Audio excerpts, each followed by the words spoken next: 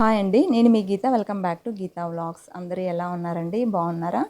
ఈరోజు మన వీడియోలో అమ్మవారికి ప్రీతికరమైన చక్కెర పొంగలిని ఎలా చేయాలో చూపించబోతున్నాను. మంచి ప్రసాదం రెసిపీ అండి. ఈ విధంగా చక్కెర పొంగలిని చేశామంటే గుడిలో ప్రసాదంలా చాలా బాగుంటుంది. స్వీట్ తినాలని అనిపించినప్పుడు లేదా దేవుడికి నైవేద్యంగా పెట్టాలన్నా చాలా ఈజీగా చేసుకోవచ్చు. మరి నోరూరించే చక్కెర పొంగలిని ఎలా చేయాలో చూసేద్దామా మరి? ముందుగా స్టవ్ ఆన్ చేసి ప్యాన్లోకి ఒక పావు కప్పు పెసరపప్పును తీసుకుని దోరగా వేయించుకోవాలి. ఇలా 2-3 నిమిషాలు గోల్డెన్ కలర్ వచ్చేంత వరకు వేయించుకున్న తర్వాత ఇప్పుడు ఇందులోకి ముప్పావు కప్పు రైస్ను కూడా వేసుకొని ఒక 2-3 నిమిషాలు డ్రై రోస్ట్ చేసుకోవాలి. ఇలా చేయడం వలన చక్కెర పొంగలి అనేది చాలా టేస్టీగా ఉంటుందండి. అలాగే రైస్ కూడా ముద్దలా కాకుండా పొడి పొడిగా ఉంటుంది.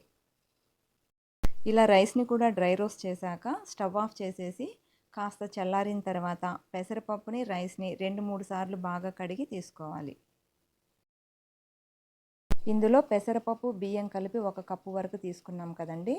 దీనిలో 2 కప్పుల వరకు వాటర్ వేసి అలాగే రైస్ పొడి పొడిగా ఉండడానికి కొద్దిగా నెయ్యిని కూడా యాడ్ చేసుకోవాలి.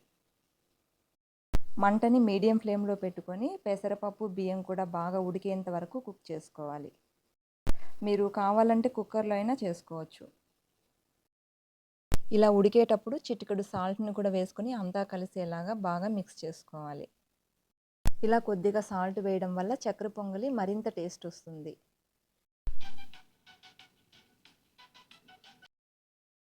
చూడండి, పెసరపప్పు రైస్ కూడా బాగా కుక్ చేసుకున్నాక మంటని లో ఫ్లేమ్లో పెట్టుకోవాలి.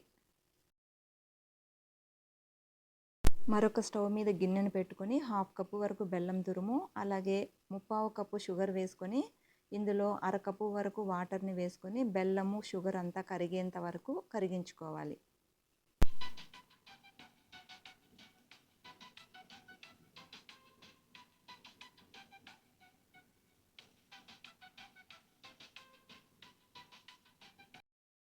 బెల్లం పాకం రావాల్సిన అవసరం లేదండి, జస్ట్ కరిగితే సరిపోతుంది. ఇలా కరిగించుకున్నాక దీన్ని ఆల్రెడీ కుక్ చేసి పెట్టుకున్న రైస్లోకి వడగట్టుకొని అంతా కలిసేలాగా కలుపుకోవాలి.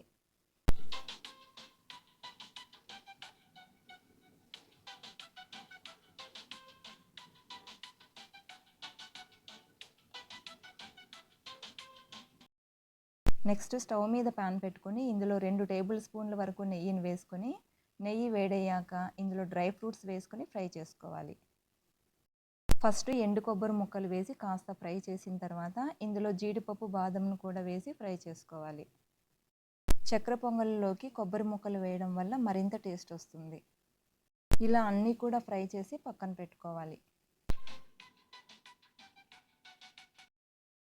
రైస్లోకి పావు టేబుల్ స్పూన్ ఇలాచీ పౌడరు అలాగే చిటికెడు పచ్చకర్పూరం వేసి అంతా కలిసేలాగా మిక్స్ చేసుకోవాలి.